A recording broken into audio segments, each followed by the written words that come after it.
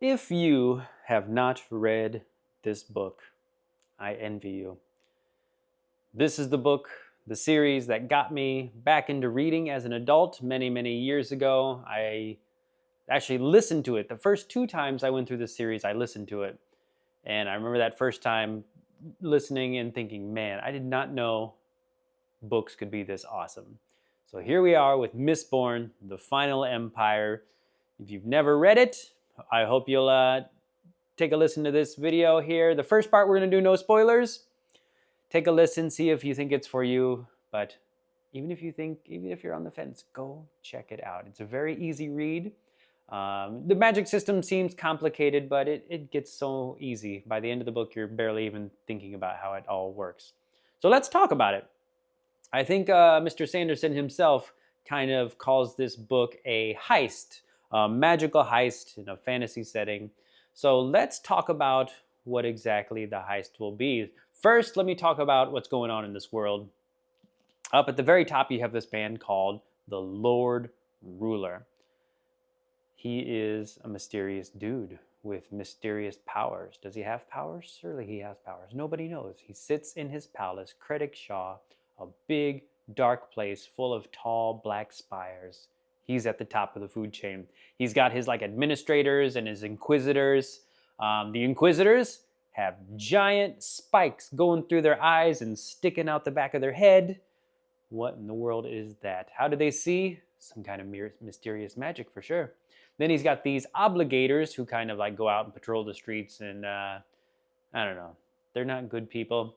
They've got tattoos all over their face, and the longer they've been in, maybe the more evil, or I don't know what to say. I'll just say the longer they've been around, the more tattoos they get on their face. You go down, you have the nobility. No kings or queens, it's just people, high society, people who own a lot of land, they own plantations, they have a lot of contracts with the government, the Lord Ruler himself, and you have different rankings of all these noble houses. So you have them. And then far, far, far down below are the peasants, which are called Ska, S-K-A-A. You have a couple levels of Ska. You have the people who actually own carpenter shops, bakeries, or tailors, something like that. And then you have the down people, basically slaves. They have no life. They work for basically nothing. They keep on working so they can keep on living. You slip, you fail, you don't become productive, you're done. So the heist is to get rid of the Lord Ruler. Get rid of the Lord Ruler, steal from his treasury, but in order to do that, the noble houses aren't going to let that happen. So they have this thieving crew, the people and the guy whose idea this is, they have to throw the noble houses into chaos and really start a war between them. So when they go attack the Lord Ruler's palace, the noble houses won't be in any position to try to stop them. Also, the Lord Ruler has his own army. So you got to figure it out. Can we raise our own army to fight his army? Are the rebels really going to be up for that? And how do we do that? Or can we find a way to get the garrison out of the city? So you got 3 steps: palace, army, noble houses. And it seems that's a very simple version of that. A lot goes into it, but that's the gist of it. Now, the more complicated part is the magic and the lore of this world. The magic, think about this. You got a little ball of pewter, pop it in your mouth. You can feel it, not only physically, but you can feel its presence, and there's a power to it. Now, if you quote unquote burn it, or kind of think of it as metabolizing it, it will give you powers. Pewter will make you super strong. You burn something like tin, it'll make you have a super sensitive hearing, seeing, your feelings. There are other metals you can burn like zinc, copper, gold, a few other ones that give you the power to manipulate people's emotions, that can hide you from being detected that you're using powers, that allows you to push and pull on metals. So that's what's going on with the magic system. Now the peasants aren't able to do this because a long, long time ago, the Lord Ruler gifted this power to the nobility that were surrounded him back way back when. So the nobility and their bloodlines, they have these powers. So it's very important that any of these noblemen want to get it on with a ska woman, they got to kill her. Because you cannot have these people having babies and then a peasant population rising up with these powers. Now, those who have these powers, most people can only do one. All right, I'm going to give you 5 metals. See which one you can burn. Oh, you can burn pewter. All right, you get super strength. Can you burn any of them? Oh, you can only burn tin. Well, you get like super hearing and sight. Most people can only burn one. The even rarer select few who can burn all of the metals. They get all the powers. They are called the Mistborns. They can do everything. So our thieving crew is made up of a guy, their leader, who's a Mistborn, and then a bunch of Mistings who are the ones who can only do one thing. So they got this lofty plan to overthrow the Lord Ruler. But first, they got to deal with the garrison and deal with the noble houses. That's when our hero Vin comes in, a little street urchin girl. She's like, 16 years old? She gets discovered by this thieving crew, and there's a lot more to her than meets the eye at first. So this whole book is about, for the people in the story, is pulling off this heist. For us, it's learning more about these powers, how they're used, the limitations. There are very easy physical rules to the magic system. And it's all explained very early on. So like I said, by the time you get to the end of the book, you're not really having to even think too much because you're just getting it in little drips and drabs all throughout the book. So it just becomes almost second nature at the end. And that is one thing I like about this story, is it moves very quickly. It moves quickly and the world building is done. It's not in like big boring chunks where you get history lessons or lessons about the world. It kind of gives you little tidbits. Someone will mention something about this, okay? And then the story progresses. It's like, oh, let me tell you about this. Hey, why are we doing this? That's because it just kind of slowly stacks up, and further upon itself. So it never bogs down the story in a history lesson. It always keeps on going. Story, story, story, world build, story, story, story, tidbit about the world. Good stuff. And this world we're in, it's a dark and dingy place. There are things called ash mounts that spew ash into the air, this black ash. And so it covers the buildings. You got black streaks down all the buildings. They're all like steepled tops because they want the ash to fall off.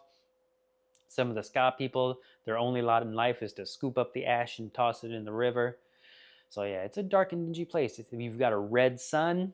In fact, when people talk about, oh yeah, a long time ago, trees were green and flowers were purple. And people are like, what are you talking?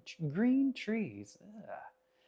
So yeah, it is a dreary, dreary place. And at night, nobody goes out at night because that's when the mists come out. So the peasants go inside, lock their doors.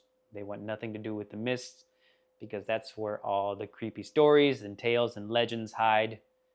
Nah, not for us, not for us. So like I said, man, it's been 10 years since I listened to this book, which made it almost feel like the first time reading again. I only had a few bits and pieces and scenes other than the characters. There was a lot of stuff that was still fresh, and like the turns and the surprises still got me. Man, it is so good. I'm sure if you're watching this, you've probably already heard a lot about this book. It is as good as everybody says. It's a fun read. It's a great story. There are a lot of great fight scenes in here. The fighting gets more and more intense, and by the end of it, there are a couple of doozies of fight scenes, which are incredible. There's a lot of highs and lows, and it leaves you with something to think about. It's going to make you think when you finish this, you're like, what did that mean? That sentence, what did that mean? And it's going to make you turn to the second one, and you won't regret that either. So that's all I'm going to talk about for non-spoilers. Mistborn by Brandon Sanderson. You lucky people out there who have not read it, go read it. We're going to do spoilers. So after you've read it, please come back and join us for spoilers, and I will see you then. For those of you who have read it, let's talk about it. First, I am so glad that I like this. Maybe if you've been following along on my channel, I've talked about how I've only listened to this series before. I listened to it twice, like 16 years ago and 10 years ago. So this is my first time actually reading it, and I've had a bad experience with going from like audiobook one time and then reading a book and not liking it as much. So I'm so glad that it still keeps the same feel. Uh, just everything hit the same way it did. I was listening to those audiobooks. So glad about that. Let's talk about this. You said the book moves fast, right? Even by halfway, let me check out my notes. I got a lot of notes here. Halfway, Vin already has a lot of training. That happens pretty quick, right? She gets in the crew, they discover exactly what she is, and she gets her training. And she's a quick learner. So by halfway, she's got a whole bunch of training and experience.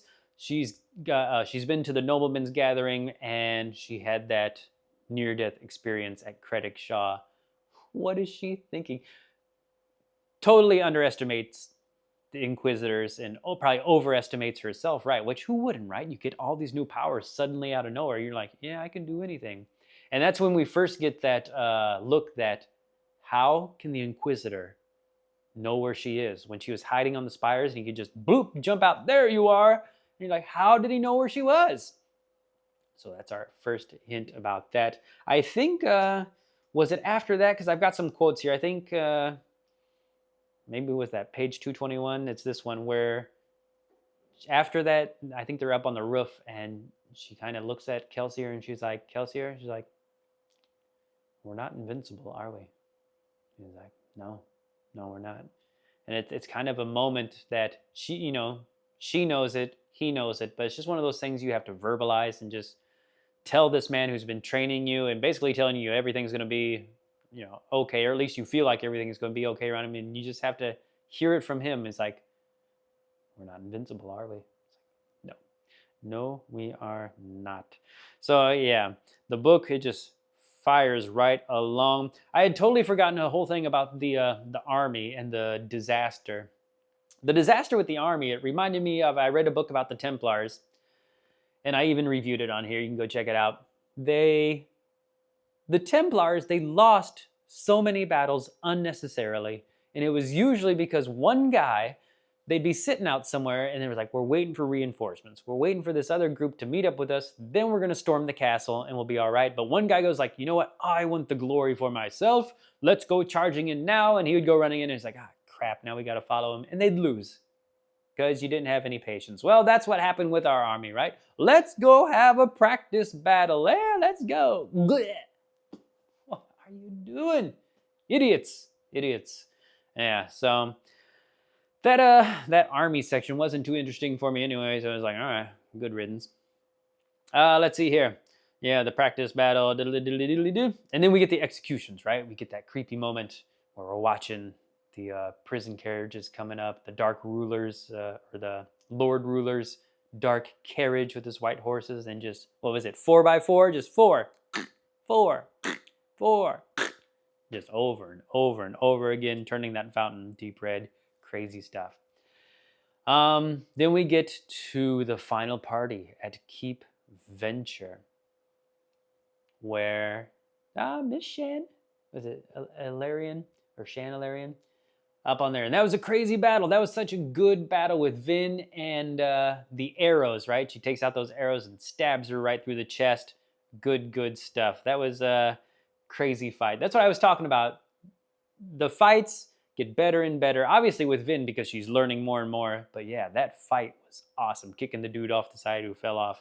Awesome stuff. They go to meet Marsh, and he's been brutally murdered, which is, you're just like, holy cow, poor Kelsier. He's lost his wife, he's lost his brother.